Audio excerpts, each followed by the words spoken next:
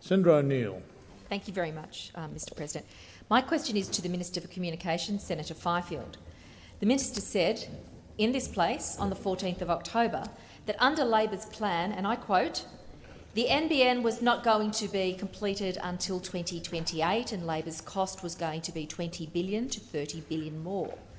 Is the Minister aware that the NBN CEO, Bill Morrow, contradicted this statement when testifying to a Senate committee, stating that the analysis included in the NBN's corporate plan does not attempt to cost Labor's NBN policy, but instead costs a hypothetical restart of an all-fibre build? Was the Minister mistaken, or did he deliberately mislead the Senate regarding the NBN's hypothetical cost analysis? The Minister for Communications, Senator Fifield, but there was a little bit of hypothetical nature to that question, but I'll let the question stand. I'll let the Minister answer. Well, Senator Wong, there were more parts to the question than that. Minister. Thanks, Mr. President. And order, Senator Conroy. Thanks, Mr. President, and I thank Senator O'Neill for her question. And Senator Conroy, I not only recall I was sitting next to Mr. Morrow, I also recall that your lively presence was in attendance at the Estimates Committee. Order. Mr. President, the questions at Senate Estimates related to a counterfactual scenario which NBN have prepared because it was the view of shareholder ministers, and I think one that NBN shared, because they took up the suggestion that it was prudent and good management to periodically look at what a counterfactual might be to demonstrate the merits of the multi-technology mix approach that NBN was pursuing, and that is what NBN did. And the reason why, an all-fibre. Order. Pause the clock. Order. Senator Conroy, your leader's on her feet. Senator Wong, point of order. Thank you, Mr. President. This is all very interesting, but the point of order I raise is relevance. The Minister was asked about an answer he gave in this chamber, which we assert is inconsistent with an answer subsequently given by the CEO of NBN. And the question was asked, was the minister mistaken, or did he deliberately mislead the Senate? It's a very important question and he should respond to it. Thank you, Senator Wong. Order, Senator Cameron. Also, the questioner, Senator O'Neill, asked, was the minister aware of the statement as well? So the minister is in order in the first element of the question. Minister, you have the call. Thanks, Mr. President. As I was saying, it's good practice which NBN is following to look at a counterfactual. Now, obviously, a counterfactual has to. Order. The minister has the call. Has to be counter to what is actually being done. That's the essence of a counterfactual. And what NBN Co is looking at is what has been, I think it's no secret, a proposition which has been abroad, not just in the parliament, but in the community, where there are some who have the view that an all-fibre rollout is Thank what you, NBN Minister. should do. The time for answering the question has expired. Senator Conroy. Senator O'Neill, supplementary question. On the 15th of October, NBN published a blog post that misrepresented its corporate plan and claimed it would deliver broadband, and I quote, up to 8 years sooner and for $20 billion less than if we had continued down the path of a predominantly all-fibre network. This misleading blog post has now been taken down. Minister, did you or your office have any contact with NBN regarding this misleading blog post or its removal? And we're wonderful to get an answer to our last question as well. Thank you, Senator O'Neill. The time for asking the question has expired. Minister. Thanks, Mr. President. I think Mr. Morrow covered off on the NBN blog post, but obviously my office doesn't have a role in the posts on blogs that NBN makes. Order on my left. Well, Mr. President, if my recollection is correct, it's actually the opposition who called for the withdrawal of the blog post. So anyway, I can't really add anything to that.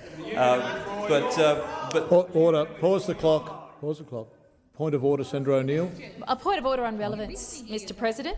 The question was, did you or your office have any contact with NBN? It's a very simple question. We haven't received an answer. I believe the minister did answer that portion of the question, but order.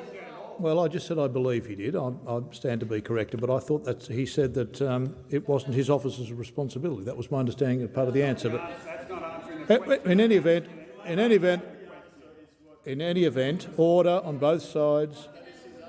What I'll do, I'll still call the minister and remind him of the question. Minister. You might not like the answer. Minister. That is the answer.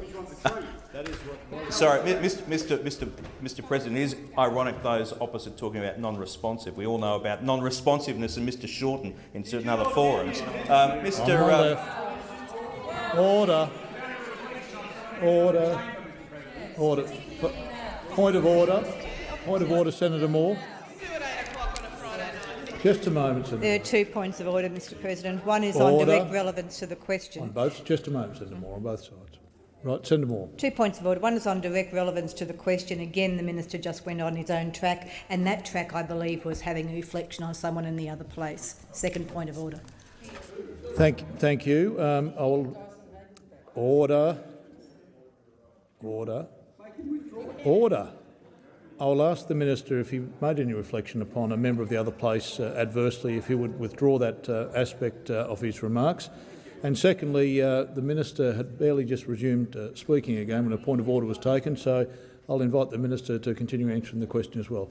Minister, on the first point of order. Thanks, Mr. President. I don't know if it's just because it's a Monday, but people are very excitable on the other side of the chamber today. But, Mr. President, as I said, my office does not play a role in the posting of NBN blogs. Order. No, just a moment, Senator Carr. I think I could manage this, Senator Carr. Senator Fife, the first point, I did ask if you did say anything inappropriate. Fine. I'll review Hansard in relation to that matter. But order. Just one moment. I have 2 senators on their feet. I haven't called either. And order on my right.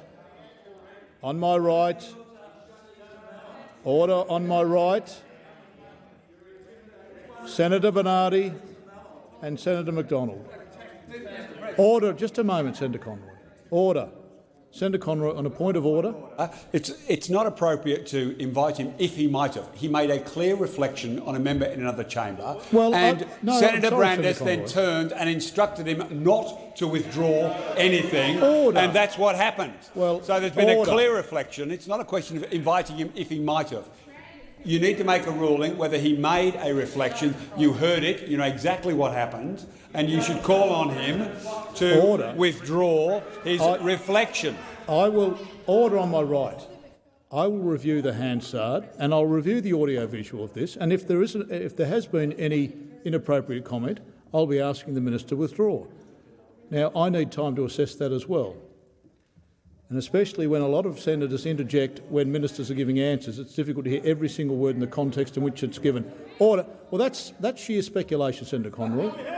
Well, again, I'll have a look at that as well. Now, the minister.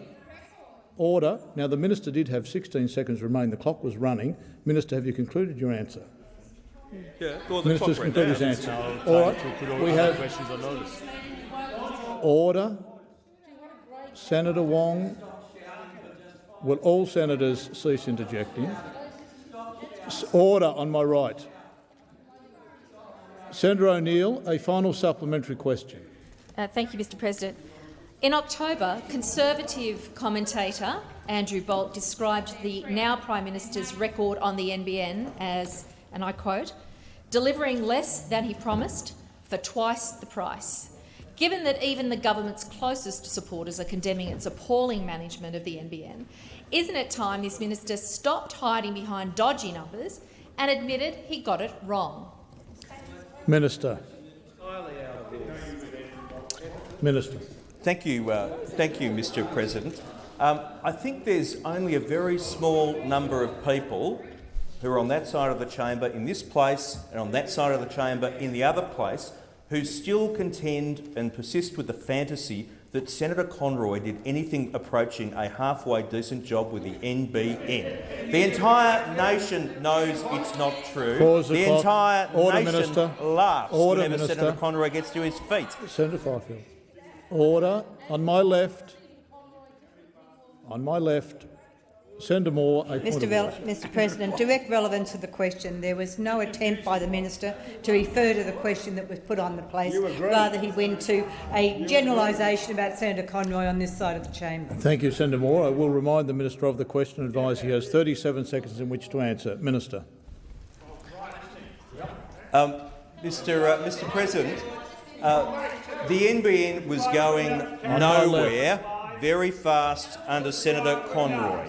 As we all know, Mr President, there was not the work done for the planning of the NBN that I acknowledge those opposite did in the planning of the NDIS.